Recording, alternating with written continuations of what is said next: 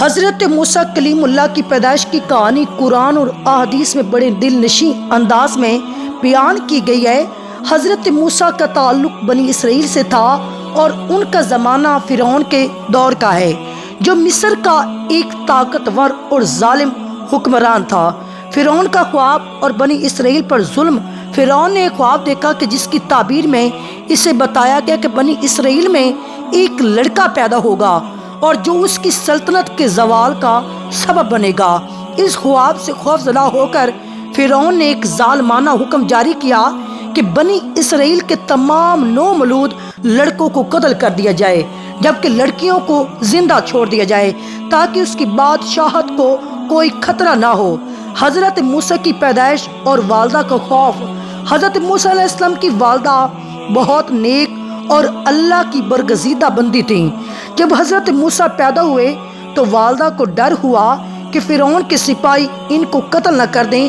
اسی دوران اللہ تعالیٰ نے حضرت موسیٰ علیہ السلام کی والدہ کو وحی کے ذریعے تسلی دی اور ان کو ہدایت کی کہ اپنے بچے کو دودھ پلاتی رہو اور جب تمہیں اس پر کوئی خطرہ محسوس ہو تو اسے ایک صندوق میں رکھ کر دریا میں بہا دو اور فکر نہ کرو، ہم اسے تمہارے پاس واپس لائیں گے اور اسے اپنا نبی بنائیں گے۔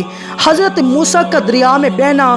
حضرت موسیٰ کی والدہ نے اللہ کے حکم پر عمل کرتے ہوئے اپنے نومولود بچے کو ایک صندوق میں بند کیا اور دریائے نیل میں بہا دیا۔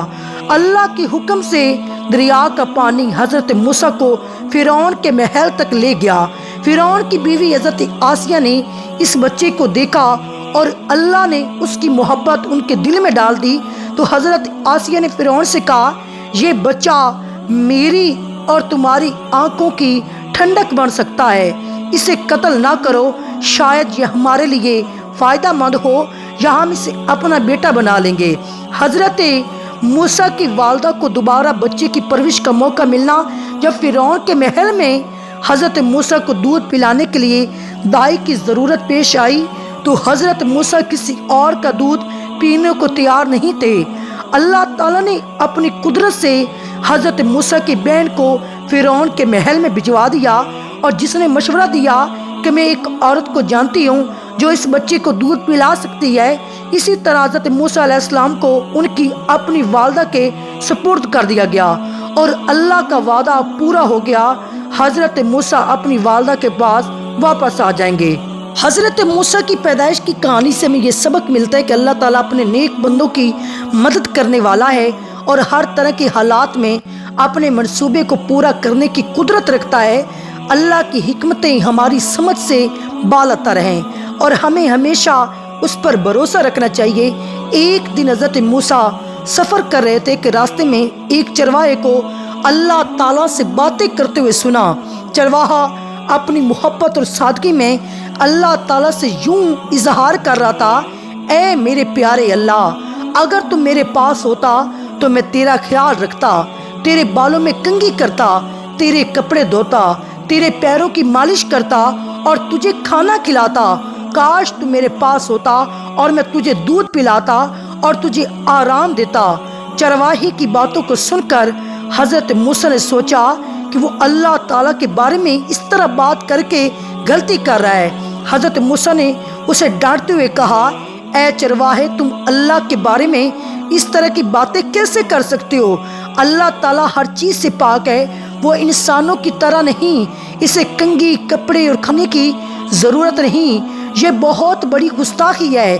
چرواہے نے حضرت موسیٰ کی یہ باتیں سن کر شرمندگی محسوس کی اور افسوس کرتے ہوئے اللہ سے معافی مانگ کر چپ ہو گیا اور اس کے بعد اس نے اللہ سے اپنی دعائیں اور باتیں بھی چھوڑ دیں۔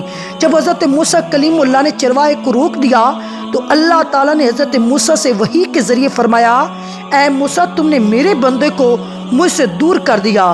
اس کی محبت اور سادگی مجھے عزیز تھی، وہ اپنے انداز میں مجھ سے محبت کا اظہار کر رہا تھا اور میں اس کی باتوں سے خوش تھا۔